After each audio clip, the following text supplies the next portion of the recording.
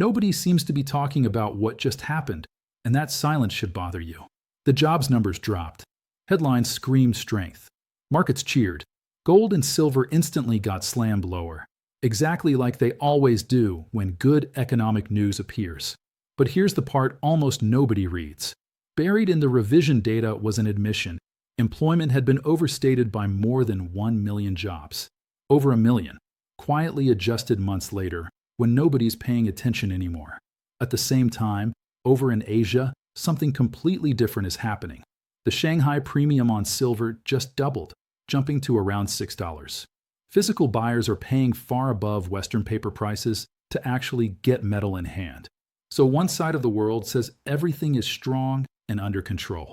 The other side is scrambling for physical supply, and most people never notice the contradiction. If you're new here, your first instinct might be, this sounds like conspiracy talk. And honestly, that reaction is normal. It's almost automatic now. People have been conditioned to dismiss uncomfortable information immediately instead of checking it themselves. Because skepticism today flows in only one direction. People question independent sources, but rarely question official narratives. And that imbalance benefits the institutions. They don't need everyone convinced. They just need most people to stop looking deeper. This channel operates outside that system, and that's exactly why videos like this don't get pushed by algorithms. You probably didn't see this recommended. You probably stumbled onto it. And that's fine, because I'm not asking you to trust me. Trust is irrelevant. Verification matters. Pull up the settlement records. Read the exchange delivery notices. Look at the commitment of traders' reports. All of it is public information. Nothing here requires belief, only effort. And the people who actually take the time to verify the numbers always end up seeing the same pattern. When you can look up court case numbers, settlement amounts, and actual admissions of wrongdoing, the conspiracy label disappears pretty quickly. Now, quick heads up. I've just uploaded the first video on the backup channel. And if you've been following this channel for a while, if you're one of the people who actually checks the data, then I need you to go watch that video and subscribe there as well. This isn't promotion. It's preparation. Channels like this get buried, throttled, or removed all the time, especially once discussions start hitting sensitive topics. We've already seen signs of shadow suppression here. So if this channel suddenly disappears, you'll know where to go. Backup channel name, OG John AG_2. Link is in the description. There's only one video there right now. That's how you know you're in the right place. Watch it. Subscribe. Be ready. Now let's look at prices at the time I'm recording this. Western silver spot sits around $84. Futures slightly lower near $83. Meanwhile, Shanghai spot prices are trading close to $90, with futures even higher. That gap, roughly $6, is massive. And remember, just days ago that premium was closer to $4. It has nearly doubled. Don't take my word for it. Shanghai Futures Exchange data is publicly available. Anyone can check it. So what actually triggered today's chaos? The headline jobs number came in stronger than expected. Markets reacted instantly. Precious metals got hit, the usual algorithmic response. But once analysts looked past the headline, the revision data told a completely different story. Prior employment numbers were slashed downward by over 860,000 jobs, marking the largest downward correction since the financial crisis era. When you combine all revisions, total job growth for the entire year drops to around 180,000 jobs. That averages out to barely 15,000 jobs per month. For comparison, the previous year showed over 1 million jobs added. That's not a slowdown. That's an economic engine stalling. But revisions get released quietly, months later, when markets have already moved on. And this isn't new.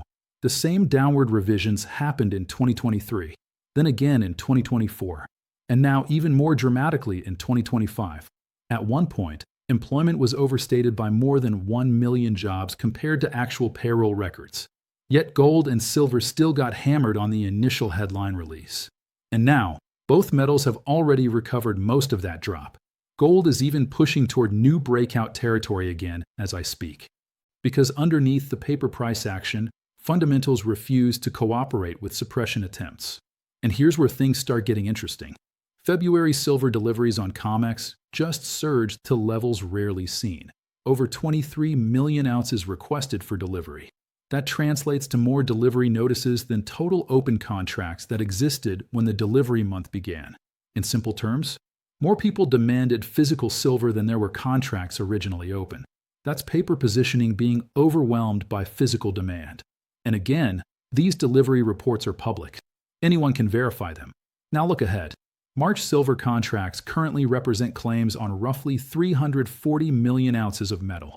And February 27th marks the first notice day, when traders must either prepare to deliver real metal or settle contracts. If delivery requests stay anywhere close to current levels, the exchange will face one of the biggest physical tests in modern trading history. And almost nobody in mainstream finance is talking about it, because headlines are still focused on jobs numbers that were quietly revised down later.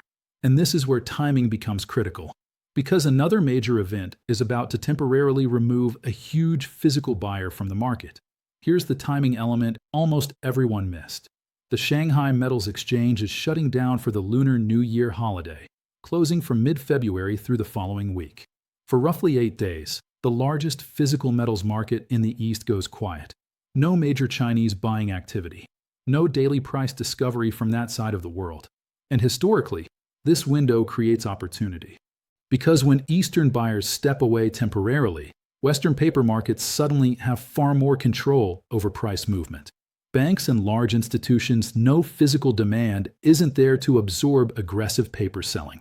So during this period, prices often get pushed lower through futures markets. On paper, it looks like metals are weak. But this year, something is different. Before the holiday even begins, China's silver market is already flashing warning signals. Shanghai futures have entered record backwardation, meaning near-term contracts are trading higher than future contracts. In normal markets, prices are higher for future delivery due to storage and financing costs. Backwardation flips that logic. It means buyers are willing to pay more right now rather than wait. And that typically signals one thing: immediate supply shortage. Inventories available for delivery are shrinking while demand for physical silver, especially from investment buyers and solar manufacturers, keeps rising. Some traders holding short positions are even paying penalties just to delay delivery obligations. That behavior isn't normal market functioning. That's stress inside the system. And this tightening situation in China lines up with another broader shift happening globally. Silver concentrate and refining flows are increasingly being redirected toward U.S. and Western processing channels due to geopolitical restructuring of supply chains. So while Western paper markets pretend supply is stable, Asian markets are dealing with real physical pressure. And this connects directly to the economic picture nobody links together on mainstream financial news. Because while employment headlines claim strength, real economic stress is building underneath. Last week alone, 9 large U.S. companies filed for bankruptcy. The 3-week average of major corporate bankruptcies now sits above 6 per week, levels last seen during crisis periods. Meanwhile, consumer debt delinquencies continue rising. Across all household debt categories, credit cards, auto loans, personal loans, delinquency rates have climbed near levels not seen in almost a decade. So step back and look at the contradiction. Employment supposedly booming. Yet corporations are failing at accelerated rates. Consumers are falling behind on payments. And at the same time, commodities are exploding higher. Silver up roughly 150% over the past year. Gold up around 75%.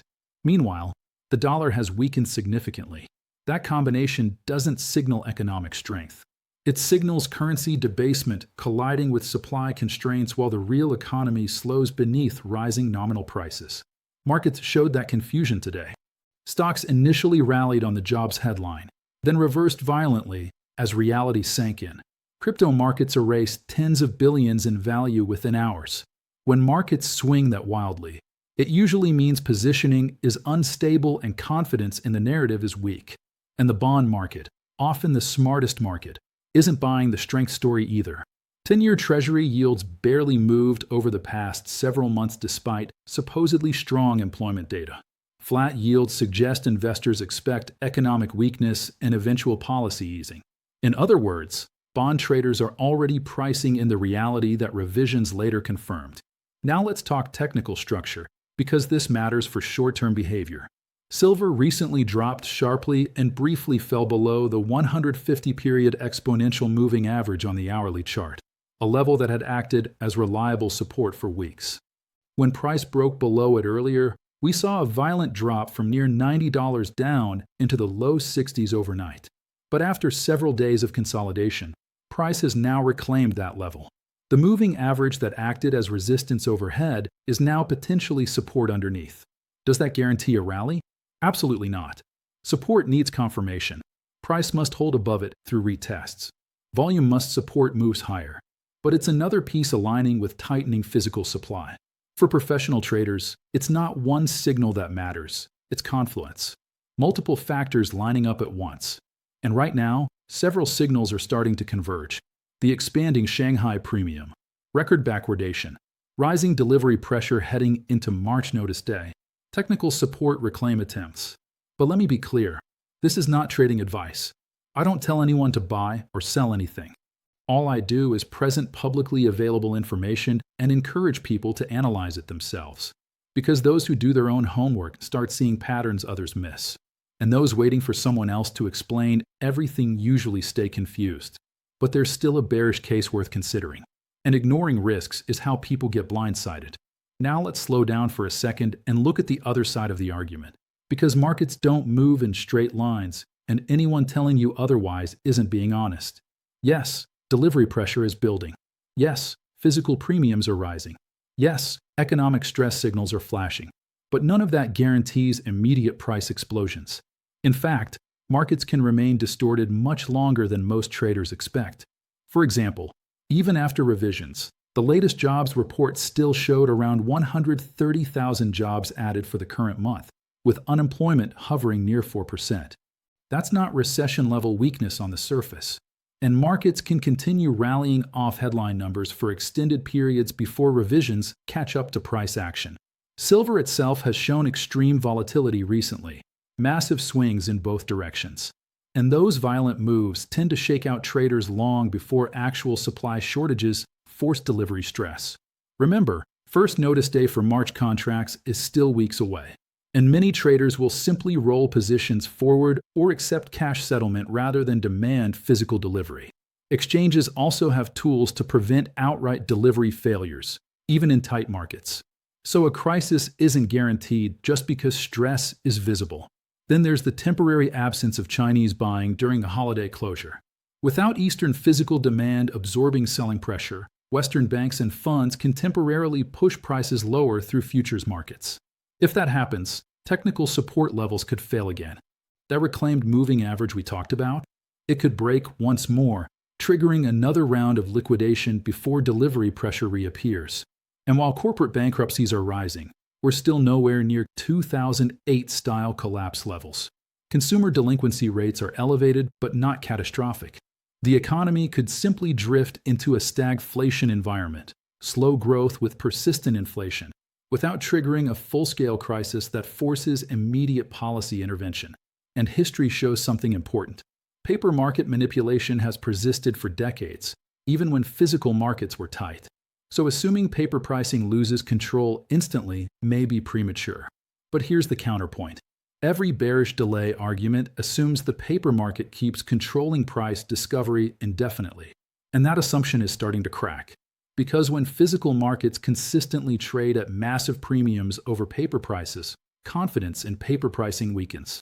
Right now, Eastern markets are paying significantly more for actual metal, while Western futures markets keep prices artificially suppressed. That divergence cannot expand forever. Eventually, either premiums collapse or paper pricing adjusts upward to reconnect with physical demand. And we're already seeing warning signs. February delivery requests exceeded the total open interest that existed at the start of the contract month. March contracts now represent claims on over 300 million ounces of silver, while registered inventories remain limited. If delivery demand follows anything close to February's pattern, exchanges will face one of the biggest physical tests seen in modern precious metals markets. And unlike currency or digital assets, physical metal cannot simply be printed to satisfy demand. Cash settlement works until too many participants refuse it, so the system can delay stress. but it cannot eliminate physical shortages if demand keeps accelerating.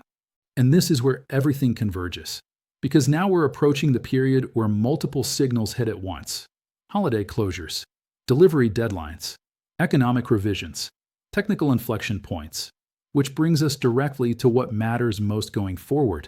So here's what actually matters now. Not predictions, not hype, not emotional reactions, just the data points you should be watching over the coming days and weeks. First, pay attention to delivery intentions as we approach the first notice day for March silver contracts. That moment forces traders to either stand for delivery or step aside. If delivery requests begin climbing anywhere near February's levels, pressure inside the exchange system will become impossible to ignore. Second, watch what happens to the Shanghai premium once markets reopen after the holiday closure. If premiums remain elevated or expand even further, it confirms physical demand never disappeared. It was just temporarily paused. Third, keep an eye on whether silver holds above or falls back below key technical support zones. If price maintains strength while physical demand tightens, that alignment becomes difficult for paper markets to suppress indefinitely. Fourth, verify economic data yourself instead of relying on headlines.